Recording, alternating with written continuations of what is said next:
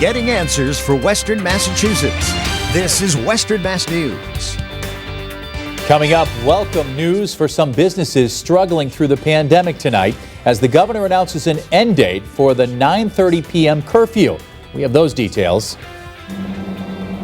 President Biden signing new executive orders surrounding COVID-19. I'm Audrey Russo, and coming up, how local education and health officials expect things to change. And our Western Mass News viewers have been reaching out to us about recent energy bill increases. We're getting you answers coming up. We begin tonight with that encouraging news out of Boston. Governor Charlie Baker plans to lift the 9:30 p.m. curfew across the Bay State starting this Monday. Good evening, everyone. Welcome to Western Mass News at 6. I'm Chris Pisano. And I'm Jordyn Jagolinzer. This is especially good news for restaurants and bars serving food as they struggle to stay afloat in the pandemic. Western Mass News reporter Leon Purvis is live for us in Chicopee with more. Leon? Jordan, Chris, this is music to the ears of the owner here at Rumblesea in Chicopee. With the NBA coming back and football's biggest game around the corner, the timing couldn't be better. We believe it's okay and it's time to start a gradual easing of some of the restrictions we put in place in the fall. Governor Charlie Baker in a press conference on Thursday giving the go-ahead for businesses to stay open past 9:30. Starting on Monday at 5 in the morning, places like bars that serve food, restaurants, and casinos can stay open past 9:30 at night, but they still have to operate at 25% capacity. That restriction will stay in place for now until 5 a.m. on February 8th. Over at Rumblesea in Chicopee, they are pumped to be able to stay open late again. I'm really excited.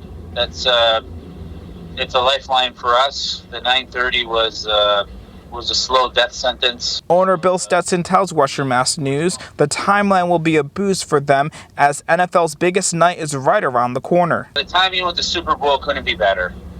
It was very disappointing the last couple weekends to have to kick people out at halftime of football games. And Governor Baker says more restriction lifting may be ahead with vaccinations underway and COVID-19 numbers going down. Continue moving forward. And if they do, we'll be back to talk about lifting some of the restrictions that are currently in place as soon as it makes sense to do so. Now, here at Rumblesea, the owner, Stetson, tells me that they likely won't stay open till 2 in the morning like they used to, but allowing customers to watch full games before closing is a step in the right direction. Live in Chicopee, Leon Purvis, Western Mass News. Leon, thank you for that live report. And now to new details out of Washington. The COVID-19 pandemic is topping President Joe Biden's priority list on his first full day in office. The president signing a number of executive orders to get the ball rolling on his coronavirus goals. Local health and school officials reacting to those changes this evening. Western Mass News reporter Audrey Russo joins us live now in Springfield to explain. Audrey? Those I spoke with today say they're looking for more consistency in messaging and more support when it comes to vaccine rollout and preventative care. 10 executive orders announced by President Joe Biden, all aimed at ending the COVID-19 pandemic. Among his top goals, increasing vaccination sites by creating federal community vaccine centers, using the Defense Production Act to make supplies for COVID-19 tests and vaccine materials like syringes, and opening a majority of K-8 schools within 100 days. Springfield's Health and Human Services Commissioner says these goals are more concrete than the guidance from the previous administration. That left states really scrambling around putting their own infrastructure in place. Helen Calden-Harris says one of her biggest concerns is guidance about preventative COVID-19 care. We are anticipating that we will see support from the federal government when it comes to vaccine distribution, when it comes to testing, and when it comes to making sure we are giving concrete science-based information to the public. Western Mass News also spoke with the principal of Academy Hill School, a private school currently using in-person learning.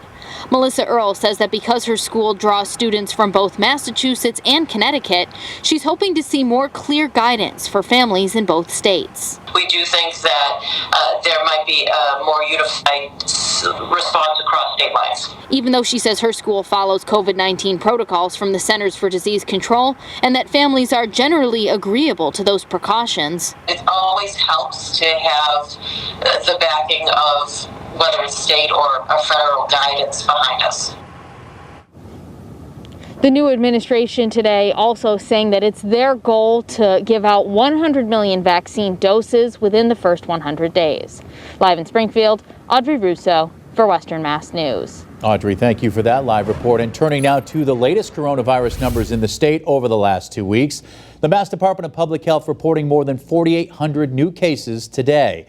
That brings the total number of confirmed cases of COVID-19 to nearly 463,000. Just less than 89,000 of those are believed to currently be active. And Massachusetts also reporting 75 new deaths from the virus. The statewide death toll stands at more than 13,600. Many Western Mass News viewers have been reaching out concerned about their electric bills that have increased significantly. Western Mass News reporter Lindsay Kane is getting answers for us from Eversource and is live in Springfield with those details. Lindsay? Chris and Jordan, one viewer says their family's bill has increased around 30%. But spokesperson for Eversource Priscilla Rest says part of the reason is because the pandemic changed many people's living habits. Rest says while it is getting colder outside, people's bills may not be increasing for the reason they think. It's not unusual for the bills to go up in January when the rates change. What's unusual is I think that during this pandemic, so many of us are using more electricity. I mean, we are using more power. We have more people living under the same roof running electronics. So that's going to impact the bill.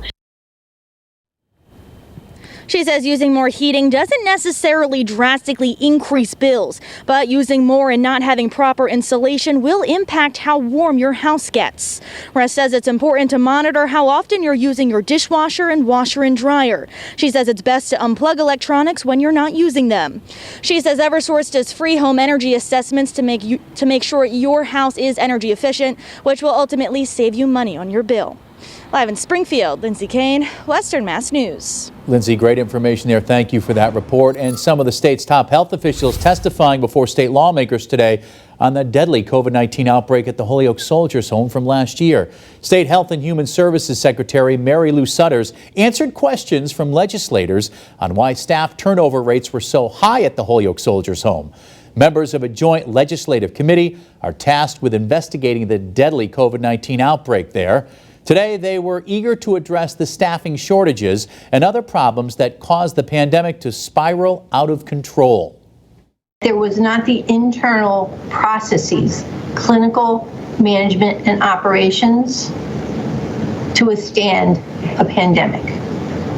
There are many nursing homes in Massachusetts that faced the pandemic, including Chelsea, but their internal structures didn't collapse. In-person visits are still canceled at the home. Acting Superintendent Val Liptak and the State Veteran Services Secretary Cheryl Pope also testified today. The Legislative Committee's report is due in the spring, roughly a year since the deadly outbreak began. And for more coverage on the coronavirus emergency as it continues to develop, be sure to log on to our free streaming Western Mass News app. Well, we did see some minor snow here across the lower valley today. Some dramatic skies, though, as that system moved out. We get some of these rays of sun kind of breaking through the clouds. If you're wondering, the technical term for that is crepuscular rays, and it's always kind of a cool sight. But this picture taken in Springfield today from Marlene, so thanks to her for that. Current conditions, it's getting chilly. We're down to about 31 degrees right now, but wind is calm, so we don't have that nasty wind chill to deal with.